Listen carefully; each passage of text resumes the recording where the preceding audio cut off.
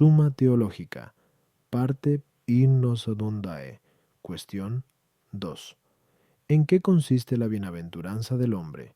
Ahora estudiaremos la bienaventuranza. Qui unintre. En primer lugar, ¿en qué consiste? Después, ¿qué es? ¿Qué? Trade. Finalmente, ¿cómo podemos alcanzarla? Qui. Fime. Sobre lo primero, se plantean 8 problemas. ¿Consiste la bienaventuranza en las riquezas, en los honores, en la fama o en la gloria, en el poder, en algún bien del cuerpo, en el placer, en algún bien del alma, en algún bien creado? Artículo 1. ¿Consiste la bienaventuranza del hombre en las riquezas? Lat. Objeciones por las que parece que la bienaventuranza del hombre consiste en las riquezas. Atto. La bienaventuranza, por ser el fin último del hombre, está en lo que domina totalmente su afecto. Y así son las riquezas, pues dice Ecle 10:19. Todo obedece al dinero. Por tanto, la bienaventuranza del hombre consiste en las riquezas. Además, la bienaventuranza es un estado perfecto con la unión de todos los bienes, como dice Boecio en tercero de Consol, pero parece que todo se posee con el dinero, porque, como dice el filósofo en el Fiétic, el dinero se inventó para ser como la fianza de cuanto desee el hombre. Luego la bienaventuranza consiste en las riquezas. Además, el deseo del bien sumo parece que es infinito, pues nunca se extingue. Pero esto ocurre sobre todo con la riqueza, porque el avaro nunca se llenará de dinero, como dice Ecle 5:9. Luego la bienaventuranza consiste en las riquezas. Contra esto, el bien del hombre consiste más en conservar la bienaventuranza que en gastarla, pero, como dice Boecio en Cundo de Consol, lo que da más brillo al dinero no es el atesorarlo, sino el gastarlo. Por eso, la avaricia inspira aversión, mientras que la generosidad merece el aplauso de la gloria. Luego la bienaventuranza no consiste en las riquezas. Respondo, es imposible que la bienaventuranza del hombre consista en las riquezas. Hay 2 clases de riquezas, como señala el filósofo en Hippolyte, las naturales y las artificiales. Las riquezas naturales sirven para subsanar las debilidades de la naturaleza, así el alimento, la bebida, el vestido, los vehículos, el alojamiento, etc. Por su parte, las riquezas artificiales, como el dinero, por sí mismas no satisfacen a la naturaleza, sino que las inventó el hombre para facilitar el intercambio, para que sean de algún modo la medida de las cosas vendibles. Es claro que la bienaventuranza del hombre no puede estar en las riquezas naturales, pues se las busca en orden a otra cosa, para sustentar la naturaleza del hombre, y por eso no pueden ser el fin último del hombre, sino que se ordenan a él como a su fin. Por eso, en el orden de la naturaleza, todas las cosas están subordinadas al hombre y han sido hechas para el hombre, como dice el Salmo 8:8. Todo lo sometiste bajo sus pies. Las riquezas artificiales, a su vez, solo se buscan en función de las naturales, no se apetecerían si con ellas no se compraran cosas necesarias para disfrutar de la vida, por eso tienen mucha menos razón de último fin.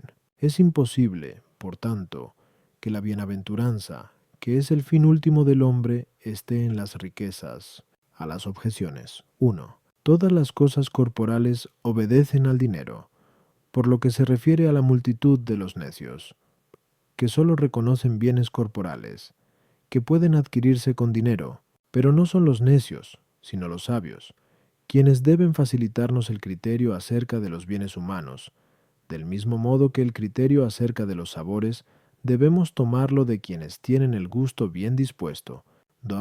El dinero puede adquirir todas las cosas vendibles, pero no las espirituales, que no pueden venderse. Por eso dice Prof. 17:16, ¿de qué sirve al necio tener riquezas si no puede comprar la sabiduría? 3. El deseo de riquezas naturales no es infinito, porque las necesidades de la naturaleza tienen un límite, pero sí es infinito el deseo de riquezas artificiales, porque es esclavo de una concupiscencia desordenada, que nunca se sacia, como nota el filósofo en Hippolyte. Sin embargo, el deseo de riquezas y el deseo del bien supremo son distintos, porque cuanto más perfectamente se posee el bien sumo, tanto más se le ama y se desprecian las demás cosas. Por eso dice Eclo 24:29. Los que me comen quedan aún con hambre de mí. Pero con el deseo de riquezas o de cualquier otro bien temporal ocurre lo contrario. Cuando ya se tienen, se desprecian y se desean otras cosas, como manifiesta JN 4:13, cuando el Señor dice: quien bebe de esta agua, refiriéndose a los bienes temporales, volverá a tener sed, y precisamente porque su insuficiencia se advierte mejor cuando se poseen. Por lo tanto, esto mismo muestra su imperfección, y que el bien sumo no consiste en ellos. Artículo 2. La bienaventuranza del hombre consiste en los honores. Lat objeciones, por las que parece que la bienaventuranza del hombre consiste en los honores. 1. La bienaventuranza o felicidad es el premio de la virtud, como dice el filósofo en I-Ethic, pero parece que el premio más adecuado a la virtud es el honor, como dice el filósofo en Carto Ethic. Luego la bienaventuranza consiste propiamente en el honor. Además, parece evidente que la bienaventuranza, que es el bien perfecto, se identifica con lo propio de Dios y de los seres más excelentes. Pero así es el honor, como dice el filósofo en Kibethic. También en Tim 1:17 dice el apóstol: a Dios solo el honor y la gloria. Luego la bienaventuranza consiste en el honor. Además, lo que más desean los hombres es la bienaventuranza. Pero no parece haber nada más deseable para ellos que el honor, porque para evitar el menor detrimento de su honor, los hombres soportan la pérdida de todas las demás cosas. Luego la bienaventuranza consiste en el honor. Contra esto, la bienaventuranza está en el bienaventurado, pero el honor no está en quien es honrado, sino más bien en quien honra, en quien le rinde homenaje, como advierte el filósofo en I-Ethic. Luego la bienaventuranza no consiste en el honor. Respondo: es imposible que la bienaventuranza consista en el honor, pues se le tributa a alguien por motivo de la excelencia que éste posee, y así el honor es como signo o testimonio de la excelencia que hay en el honrado. Pero la excelencia del hombre se aprecia sobre todo en la bienaventuranza, que es el bien perfecto del hombre, y en sus partes, es decir, en aquellos bienes por los que se participa de la bienaventuranza. Por tanto, el honor puede acompañar a la bienaventuranza, pero ésta no puede consistir propiamente en el honor. A las objeciones 1. Como señala el filósofo en el mismo lugar, el honor no es el premio de la virtud por el que se esfuerzan los virtuosos, sino que los hombres se lo tributan a modo de premio por no tener nada mejor que dar. Pero el premio auténtico de la virtud es la misma bienaventuranza, por la que se esfuerzan los virtuosos. Si se esforzaran por el honor, no habría virtud, sino ambición. Debemos honor a Dios y a los seres más excelentes como signo y testimonio de su excelencia previa, no porque el honor los haga excelentes. 3. Los hombres aprecian mucho el honor por su deseo natural de bienaventuranza, a la que acompaña el honor, como se ha dicho, a 2. Por eso buscan sobre todo que los honren los sabios, pues con su aprobación se creen excelentes y felices. Artículo 3. La bienaventuranza del hombre consiste en la fama o gloria. Lat. Objeciones por las que parece que la bienaventuranza del hombre consiste en la gloria. 1. Parece que la bienaventuranza consiste en lo que se da a los santos por las tribulaciones que padecen en el mundo, y eso es la gloria, pues dice el apóstol, Rom 8:18. Los sufrimientos del presente tiempo no son comparables con la gloria que se manifestará en nosotros. Por tanto, la bienaventuranza consiste en la gloria. Además, el bien es difusivo de sí mismo, como muestra Dionisio en el capítulo 4 del Dediv. Pero el bien del hombre llega al conocimiento de los demás mediante la gloria, porque, como dice Ambrosio, la gloria es una notoriedad laudatoria. Luego la bienaventuranza del hombre consiste en la gloria. Además, la bienaventuranza es el más estable de los bienes, y así parece ser la fama o gloria, porque por ella los hombres alcanzan de algún modo la eternidad. Por eso dice Boecio en De Consol: vosotros creéis asegurar vuestra inmortalidad cuando pensáis en vuestra gloria venidera. Por tanto, la bienaventuranza del hombre consiste en la fama o gloria, Contra esto, la bienaventuranza es el verdadero bien del hombre, pero la fama o gloria pueden ser falsas. Como dice Boecio en el libro tercio de Consol, son muchos los que deben su renombre a la falsa opinión del vulgo. ¿Puede darse algo más vergonzoso? Pues quien es alabado sin merecimiento forzosamente sentirá vergüenza de los elogios. Por tanto, la bienaventuranza no consiste en la fama o gloria. Respondo. Es imposible que la bienaventuranza del hombre consista en la fama o gloria humana. La gloria se define como una notoriedad laudatoria, como dice Ambrosio. Ahora bien, el conocimiento de una cosa es distinto en Dios y en el hombre, pues el conocimiento humano es producido por las cosas conocidas, mientras que el conocimiento divino las produce. Por eso, la perfección del bien humano, que llamamos bienaventuranza, no puede producirla el conocimiento humano, sino que éste procede de la bienaventuranza de alguien, y es como causado por ella, sea incoada o perfecta. Por tanto, la bienaventuranza del hombre no puede consistir en la fama o en la gloria, pero el bien del hombre depende, como de su causa, del conocimiento de Dios, y por eso, la bienaventuranza del hombre tiene su causa en la gloria que hay ante Dios, como dice el Salmo 90, 15, 16. Lo libraré y lo glorificaré, lo saciaré de largos días, y le haré ver mi salvación. Hay que considerar también que el conocimiento humano se equivoca con frecuencia, sobre todo al juzgar los singulares contingentes, como son los actos humanos, y, por eso, la gloria humana es frecuentemente engañosa. En cambio, la gloria de Dios, como Él no puede equivocarse, es siempre verdadera. Por eso se dice en Ducor 10:18, está probado aquel a quien recomienda el Señor. A las objeciones 1, El apóstol no se refiere a la gloria que procede de los hombres, sino a la que otorga Dios ante sus ángeles. de ahí que se diga en Mac 8:38, el Hijo del Hombre lo reconocerá en la gloria de Dios ante sus ángeles. El reconocimiento multitudinario de la bondad de un hombre ilustre, si es verdadero, debe derivar de la bondad existente en ese hombre, y, entonces, presupone su bienaventuranza, perfecta, o sólo iniciada, pero si este reconocimiento es falso, no concuerda con la realidad y, por tanto, la bondad no se encuentra en quien la fama ha hecho célebre. En consecuencia, queda claro que la fama nunca puede hacer a un hombre bienaventurado. 3. La fama no tiene estabilidad. Es más, la destruye fácilmente un rumor falso. Si alguna vez permanece estable, es por accidente. Pero la bienaventuranza tiene estabilidad por sí misma y siempre. Artículo 4. Consiste la bienaventuranza del hombre en el poder lat. Objeciones, por las que parece que la bienaventuranza consiste en el poder. 1.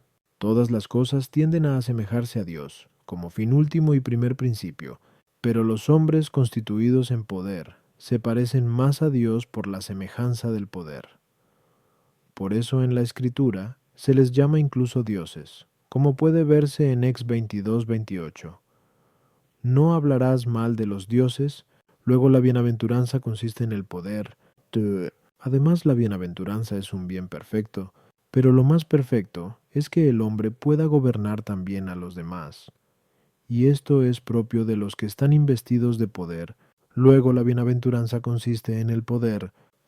Además, la bienaventuranza, por ser lo más deseable, se opone a lo que es más repulsivo, pero los hombres huyen sobre todo de la esclavitud, que es lo opuesto al poder.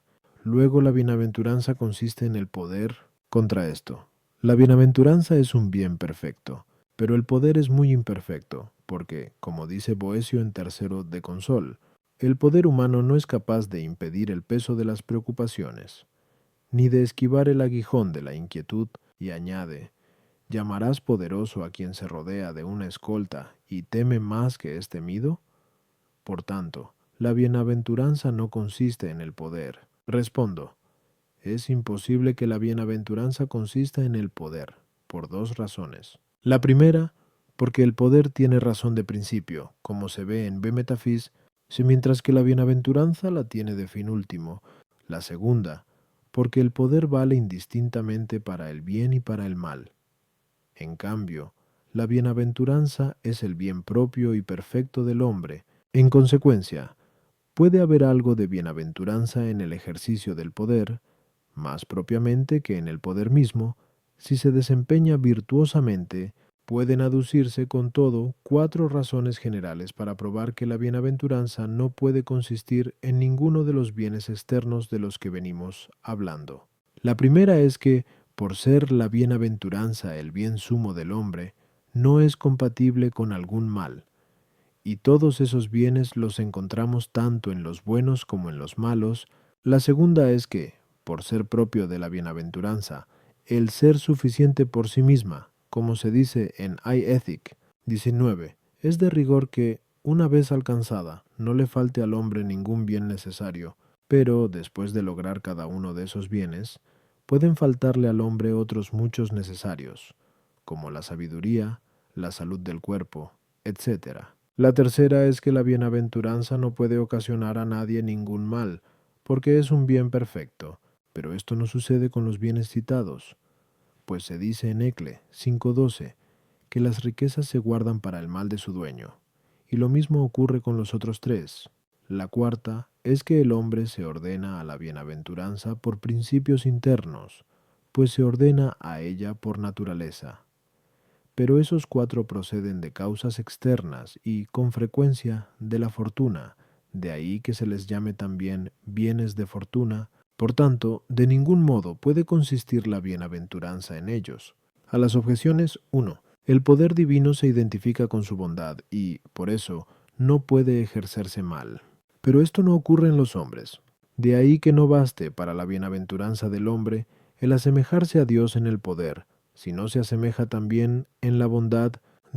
Del mismo modo que lo mejor es que alguien desempeñe bien el poder en el gobierno de muchos, lo peor es que lo desempeñe mal. Es que el poder vale lo mismo para el bien que para el mal. 3. La esclavitud es un impedimento para el buen uso del poder, y por eso los hombres sienten una aversión natural hacia ella, no porque en el poder humano esté el bien supremo. Artículo 5. ¿Consiste la bienaventuranza del hombre en algún bien del cuerpo? Lat. Objeciones por las que parece que la bienaventuranza del hombre consiste en los bienes del cuerpo. 1. Dice Eclo 30:16. No hay tesoro mayor que la salud del cuerpo, pero la bienaventuranza consiste en lo mejor, luego consiste en la salud del cuerpo. Tú, además, dice Dionisio, en el capítulo 5 del Dediv, no, que es mejor ser que vivir y vivir mejor que las otras cosas que siguen. Pero para ser y vivir el hombre necesita la salud del cuerpo. Luego, por ser la bienaventuranza el mayor bien del hombre, parece que la salud del cuerpo es una parte muy importante de ella. Tria. Además, cuanto más común es una cosa, tanto más elevado es el principio del que depende, porque cuanto más alta es una causa, a más cosas alcanza su virtualidad. Pero del mismo modo que la causalidad de la causa eficiente se mide por su influencia, la causalidad del fin se aprecia por la tendencia hacia él. Por tanto, lo mismo que la primera causa eficiente es la que influye en todas las cosas. El último fin es lo que todos desean, pero lo que todos desean es ser. Luego la bienaventuranza consiste en lo perteneciente al ser mismo del hombre, como es la salud del cuerpo. Contra esto, el hombre aventaja a todos los demás animales en la bienaventuranza, pero muchos animales le superan en los bienes del cuerpo, como el elefante en longevidad, el león en fuerza, el ciervo en velocidad. Luego la bienaventuranza del hombre no consiste en los bienes del cuerpo. Respondo. Es imposible que la bienaventuranza del hombre consista en los bienes del cuerpo por 2 razones. La primera, porque es imposible que el último fin de una cosa, que tiene otra como fin, sea su propia conservación en el ser. Así, el comandante de una nave no busca como último fin la conservación de la nave que tiene encomendada, porque el fin de la nave es otra cosa, navegar. Ahora bien, el hombre ha sido entregado a su voluntad y razón para que lo gobiernen, lo mismo que se entrega una nave a su comandante, como dice Eclo 15:14. Dios hizo al hombre desde el principio y lo dejó en manos de su criterio, Pero es claro que el hombre tiene un fin distinto de él mismo, pues el hombre no es el bien supremo. Por tanto, es imposible que el último fin de la razón y de la voluntad humana sea la conservación del ser humano. La segunda, porque no se puede decir que el fin del hombre sea algún bien del cuerpo. Aunque se conceda que el fin de la razón y de la voluntad humana es la conservación del ser humano, porque el ser del hombre consta de alma y de cuerpo, y aunque el ser del cuerpo depende del alma, el ser del alma no depende del cuerpo, como se ha demostrado antes. Kuno uino si kanoreku. Sankana. Doikyu 76 a 105,6. Kyuko. 90. 2 a 2. Además, el cuerpo existe por el alma, como la materia por la forma y los instrumentos por el motor, para que con ellos realice sus acciones. Por tanto, todos los bienes del cuerpo se ordenan a los del alma como a su fin. En consecuencia, es imposible que la bienaventuranza, que es el fin último del hombre, consista en los bienes del cuerpo. A las objeciones. 1. Los bienes exteriores tienen como fin al cuerpo, lo mismo que el cuerpo al alma, y, por eso, igual que el bien del alma es preferible a los del cuerpo, el bien del cuerpo es preferible, con toda razón, a los bienes exteriores, que son los señalados con la palabra tesoro, tú, el ser, considerado en sí mismo, por incluir toda la perfección del ser, vale más que la vida y todo lo que le sigue, pues el ser así considerado comprende en sí todo lo que le sigue. Y en este sentido se expresa Dionisio, pero si consideramos el ser como se participa en las cosas concretas, que no contienen en sí toda la perfección del ser, sino que tienen un ser imperfecto, como es el ser de toda criatura, entonces es claro que el ser dotado de más perfección es más eminente. Por eso, también Dionisio señala en el mismo lugar que los seres inteligentes son mejores que los vivientes, y estos, que los solo existentes, 3, porque el fin se corresponde con el principio. En este argumento se demuestra que el último fin es el primer principio del ser, en el que se halla toda la perfección del ser, y cuya semejanza buscan todos según su capacidad, unos solo en el existir, otros en el ser vivo, otros en el ser vivo, inteligente y bienaventurado. Y esto es propio de pocos. Artículo 6. La bienaventuranza del hombre consiste en el placer. Lat. Objeciones por las que parece que la bienaventuranza del hombre consiste en el placer. 1. Por ser la bienaventuranza el fin último, no se la desea por otra cosa, sino que las demás cosas se desean por ella.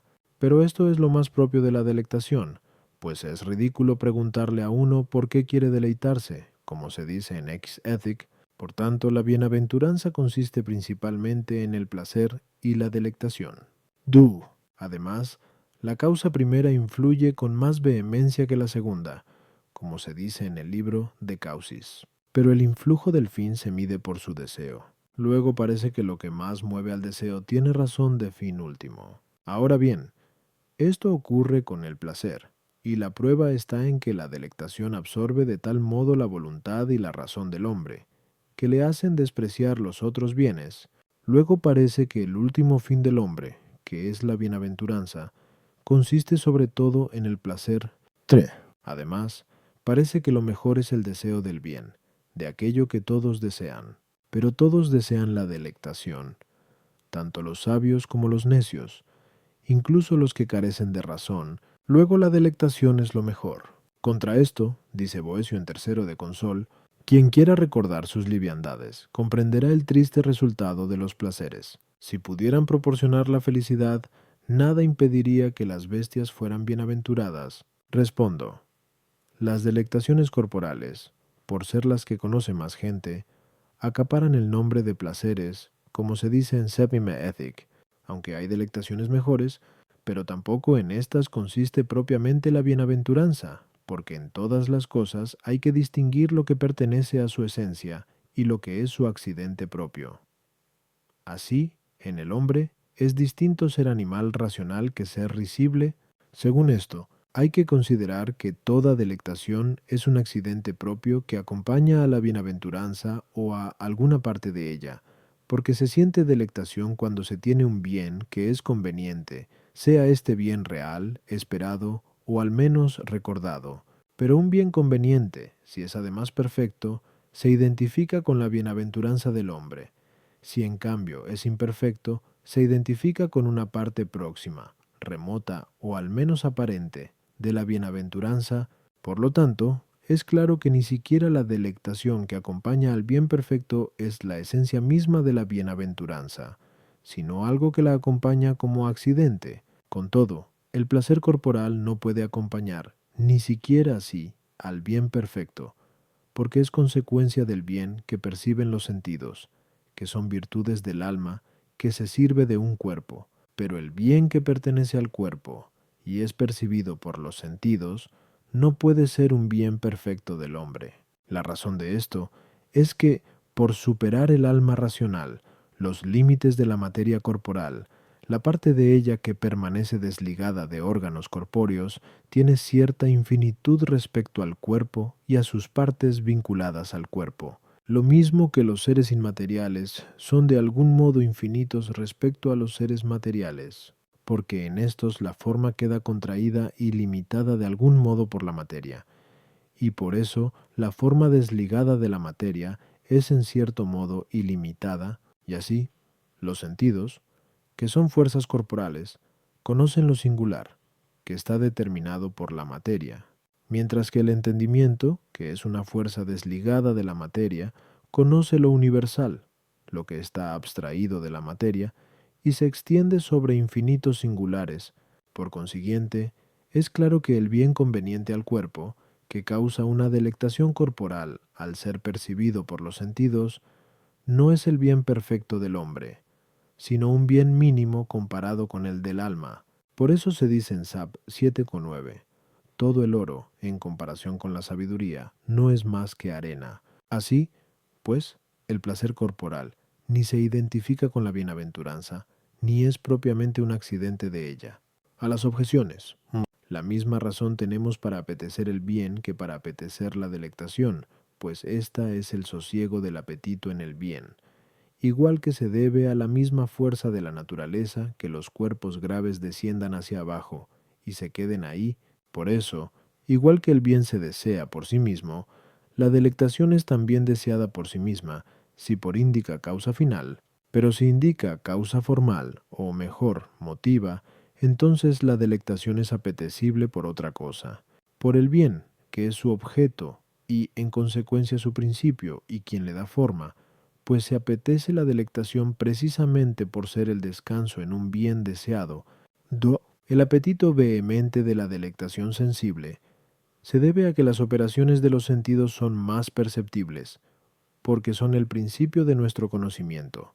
Por eso también la mayoría desea las delectaciones sensibles. 3. Todos desean la delectación del mismo modo que desean el bien. Sin embargo, desean la delectación en razón del bien, y no al contrario, como se acaba de decir, ad uno. Por tanto, no se sigue que la delectación sea el bien máximo y esencial, sino que acompaña al bien, y una delectación determinada, al bien que es el máximo y esencial. Artículo 7. ¿La bienaventuranza del hombre consiste en algún bien del alma? Las objeciones por las que parece que la bienaventuranza consiste en algún bien del alma. 1. La bienaventuranza es el bien del hombre, pero este bien se divide en tres: bienes exteriores, bienes del cuerpo y bienes del alma. Ahora bien, la bienaventuranza no consiste en los bienes exteriores ni en los del cuerpo, como se demostró antes. A. What? Famen. Luego consiste en los bienes del alma y tú. Además, amamos más a quien le deseamos un bien que al bien que le deseamos. Así, amamos más al amigo al que deseamos dinero que al dinero. Pero cada uno desea para sí todo el bien, luego cada uno se ama a sí mismo más que a todos los demás bienes. Pero la bienaventuranza es lo que más se ama, como manifiesta el que amamos y deseamos todas las demás cosas por ella. Por tanto, la bienaventuranza consiste en algún bien del hombre mismo, pero no en los del cuerpo. Luego en los bienes del alma.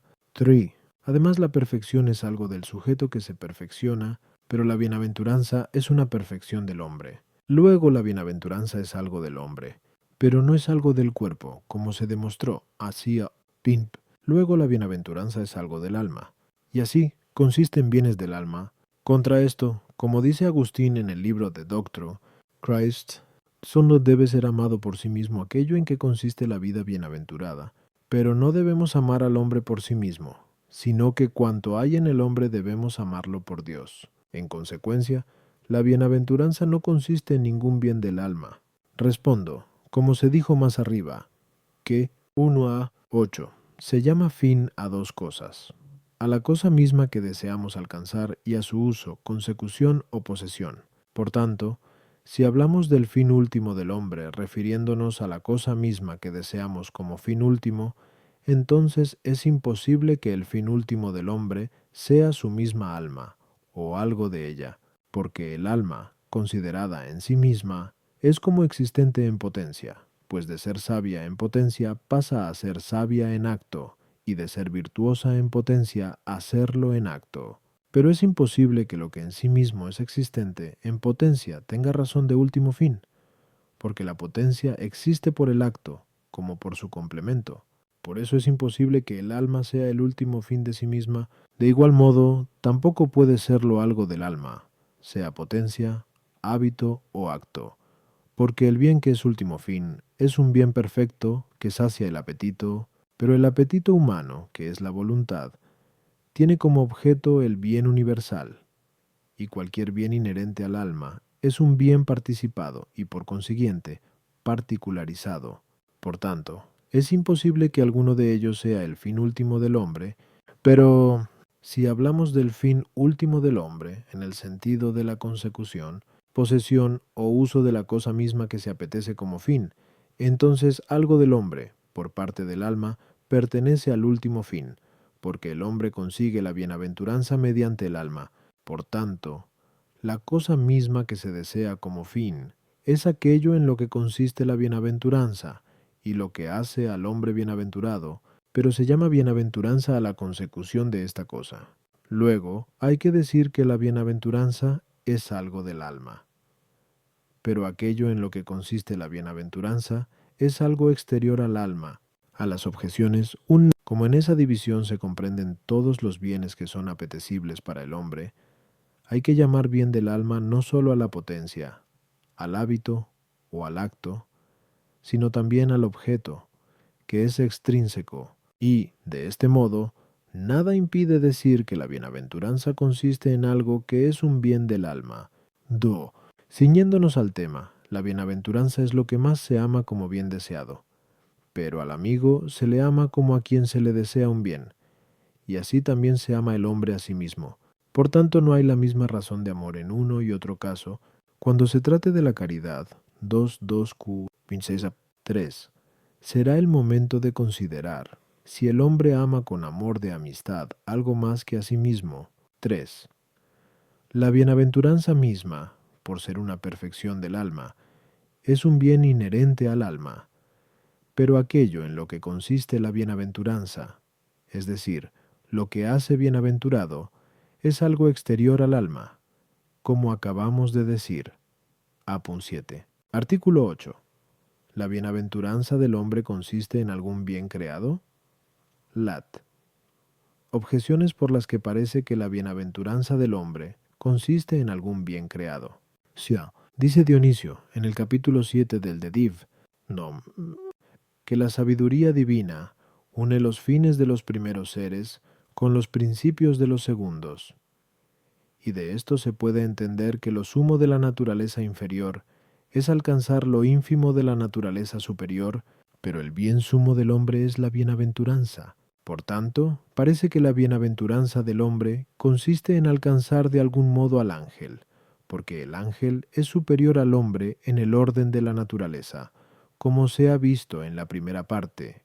Q 96a, 70Q, siendo a 2 on eta 2Q senia 1. Además, el fin último de cada cosa está en su obra perfecta, por eso la parte es por el todo, como por su fin, Pero todo el conjunto de las criaturas, que se llama mundo mayor, se compara con el hombre, que en el Uitofísic se le llama mundo menor, como lo perfecto con lo imperfecto. Luego la bienaventuranza del hombre consiste en todo el conjunto de las criaturas, tri. Además, lo que calma el deseo natural del hombre es lo que le hace bienaventurado. Pero el deseo natural del hombre no llega hasta un bien mayor que el que pueda recibir. Por tanto, parece que el hombre puede llegar a ser bienaventurado por algún bien creado, pues no es capaz de un bien que supere los límites de toda la creación. Y así, la bienaventuranza del hombre consiste en algún bien creado. Contra esto está lo que dice Agustín en el 19 Miedesiva Dei. La vida bienaventurada del hombre es Dios, como la vida de la carne es el alma. Por eso se dice, Sal 143:15, dichoso el pueblo cuyo Dios es el Señor. Respondo, es imposible que la bienaventuranza del hombre esté en algún bien creado, porque la bienaventuranza es el bien perfecto, que calma totalmente el apetito. De lo contrario, no sería fin último, si aún quedara algo apetecible. Pero el objeto de la voluntad, que es el apetito humano, es el bien universal. Por eso está claro que sólo el bien universal puede calmar la voluntad del hombre. Ahora bien, esto no se encuentra en algo creado, sino sólo en Dios, porque toda criatura tiene una bondad participada. Por tanto, sólo Dios puede llenar la voluntad del hombre, como se dice en Sal 102:5, el que colma de bienes tu deseo. Luego la bienaventuranza del hombre consiste en Dios solo.